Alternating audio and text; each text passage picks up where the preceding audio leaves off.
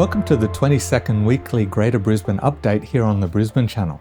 This week we're keeping you in the loop with around 20 updates from Brisbane, Redland, Moreton Bay and Logan, as well as changes and announcements that affect all 5 LGAs. By now you'll know about the closure of the footpaths either side of the Story Bridge. If you don't know the full story, check out this video later. Well, this week saw the introduction of the bike bus, which is not a literal bus, but a scheduled group ride for cyclists to cross the bridge together on the road each weekday morning. It's a way to provide safety in numbers for city workers who rely on cycling to commute to work by bicycle, but also a form of protest against the detour proposed by Brisbane City Council, which some active transport advocates say sends them on routes that put riders at risk. The organisers are pushing for one lane to be closed to motorists and opened up to cyclists, scooters and pedestrians, with a barrier to separate them from traffic. As we've mentioned in previous weekly updates, Brisbane City Council claimed that it would not be possible to close just one lane, as the 2.5 metres that would be left for pedestrians and active transport users once the barriers were installed would not be a safe width for people travelling in both directions. Next, a shake-up of Queensland's social housing system promises to make it fairer.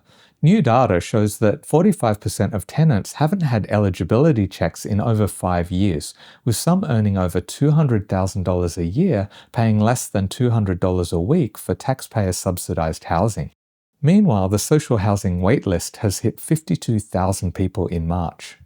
From the 1st of July 2025, annual reviews will ensure homes go to those who need them most, with eligibility checks ensuring tenants still meet income thresholds. Those who fail to verify their income or are found to be ineligible will be charged at the market rate until they've secured alternative accommodation. The media release says that these tenants will be supported to transition to other housing, but what will be interesting to see will be what form that support actually ends up taking. For those still eligible, rent in social housing will remain capped at 25% of income. But some question just how fair current rules around social housing are. The Queensland Council of Social Services has expressed concern over the current eligibility criteria, which it says has not kept up with changes in the cost of living and housing, saying that a working single mother on a minimum wage would not be eligible, but would also not be able to afford any rental that is available. Department records show that more than 8,000 public housing tenants across the state are currently under-occupying properties by 2 or more bedrooms. Incentives to downsize, such as paying for removalist costs or rent-free periods, will be given to people who choose to relocate to smaller homes better suited to their needs. The state government does stress that no tenants will ever be forced to downsize. They have, however, brought back the 3 strikes and you're out policy that was last in effect under the Newman government in 2013, but also ramped it up. The new rules come into effect from the 1st of July. Not only will tenants doing things such as holding loud parties or being drunk and disorderly in social housing face 3 strikes and an eviction, but everyone else living in the household will be given a strike on each occasion as well. The exception to this is in the case of domestic violence. For more serious offences such as aggressive or obscene language directed at others, deliberate damage to property and hooning, they will be evicted after 3 strikes and then given a 12-month ban from social housing. Even more severe offences may result in immediate eviction and a 2-year ban from social housing. And while we're talking housing, new social and affordable housing developments have been approved for 3 locations in Greater Brisbane. Planning approval has been granted for 60 social and affordable housing units in South Brisbane to be operated by Aboriginal and Torres Strait Islander Community Health Service. Another 16 social housing units in Juniper Court, Beenleigh will support housing for young people who are victims of domestic violence or those at risk of homelessness. And another 33 affordable housing units will provide homes in Upper Mount Gravatt. Each of the locations is close to public transport and other essential services and amenities. But many of you own your own home, or like me, the bank does, and you will one day. And the last thing you'd want is for that to be threatened by termites. Thankfully, the sponsor of this video, EPM Pest Control, is offering a free termite risk assessment to you as a viewer of the Brisbane Channel. You can also get 10% off any of their services. Just click this QR code or the link in the video description to get peace of mind at no cost. In Brisbane City, the Council has announced the establishment of a dedicated customer services portfolio within the Civic Cabinet, led by Jamboree Ward Councillor Sarah Hutton. Her key focus will be on leveraging technology to deliver better, faster and more accessible digital services to Brisbane residents on the Council's website and app. In the role, Councillor Hutton will also be responsible for the Council's call centre, libraries, cemeteries and compliance. They've announced these initiatives to be introduced over the next 12 months. Some of them sound good, but as we saw when the Brisbane Channel reviewed the Brisbane app shortly after that was introduced, good ideas can be let down by poor execution. And while I try to keep my opinions out of these updates, I have to say I'm very skeptical about the framing of web chatbots and AI support as being something that will make it easier to find information and resolve issues instantly. As in my personal experience with such tools, it's always been far inferior to speaking to an actual person. Someday it'll probably be amazing, but I don't think we're there yet. But maybe Brisbane City Council will prove me wrong. Fingers crossed. Here's a list of the portfolios within the Civic Cabinet and the councillors responsible for them. We're in that part of the year when councils are announcing their annual budgets, and this week Moreton Bay City Council released theirs. It's the city's first ever $1 billion budget, and it's focused on balancing new infrastructure and facilities the rapidly growing population needs with ensuring existing communities aren't neglected. It's not fair that new suburbs get new shiny toys and some of the older suburbs don't, so we focus on our older suburbs as well and make sure that that infrastructure gets replaced or renewed whenever needed, because everybody's paying rates, everybody should be benefit from that. And they've worked to keep rates as low as possible. We are conscious of the cost of living pressures impacting our residents, and this will see a modest minimum general rate increase of just 87 cents per week. This positions City of Moreton Bay as one of the lowest rates in South East Queensland while balancing affordability with ambition. One way they did this was to identify ways they could be more efficient in their operations, which saved them $15 million. Meanwhile, in Logan, Mayor John Raven has said that residents were staring down the barrel of a 23.5% rates increase, which would equate to almost $15 per week more for most ratepayers, the highest in Logan City's history. But as has been done in Moreton Bay, they also identified efficiencies across their teams, which will save Logan City Council $31 million, including not upgrading staff mobile phones and reducing professional development for staff. He's also said that other difficult decisions about cutbacks in spending have been made, such as shortening operating hours for facilities such as the Animal Management Centre and reducing budgets for line marking renewal. The budget will be adopted on June 25th. While there's no specific updates released yet, Mayor Raven has indicated that residents need not worry about a massive rates increase, and the Brisbane Channel will bring you more details as they are made available. Plans have been revealed for redevelopment of the disused fish depot on Fox Street in Wynnum, which will see it turned into a 2-storey hospitality venue, which will include outdoor dining, a rooftop area and takeaway counter facing the adjacent park. The development's design has been heavily influenced by feedback from community consultation, with amendments to parking, noise control, and the design itself, which residents hoped would respect Wynnum's bayside setting and history.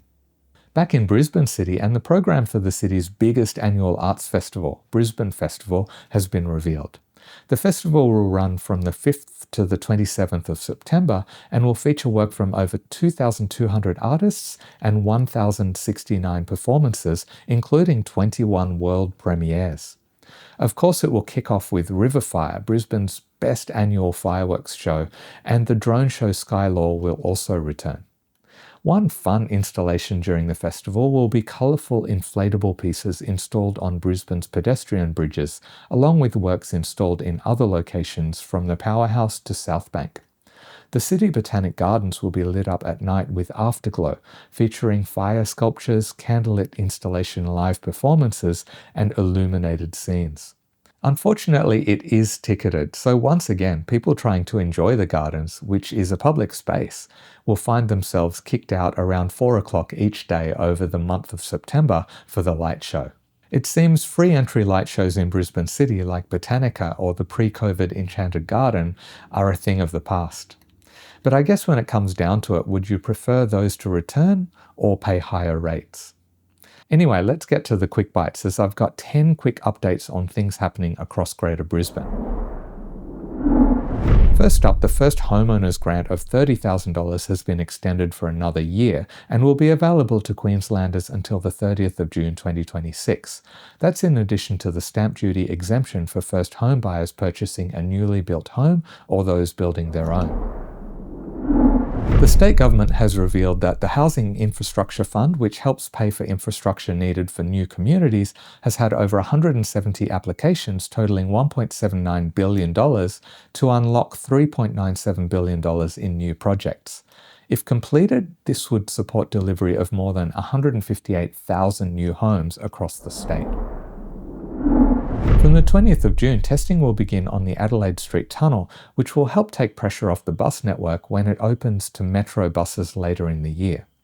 Testing will run on weekends until the 25th of August and will impact bus routes and traffic until it's completed.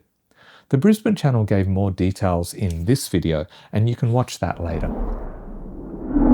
Commuters using Roma Street Station are advised to be prepared for increased noise, lighting and worker presence on the platforms as they install lighting enhancements on platforms 8 and 9 over 2 weeks from Sunday the 15th of June. The work will be done from 9 a.m. to 3 p.m. each day to minimise disruption to peak hour commuters.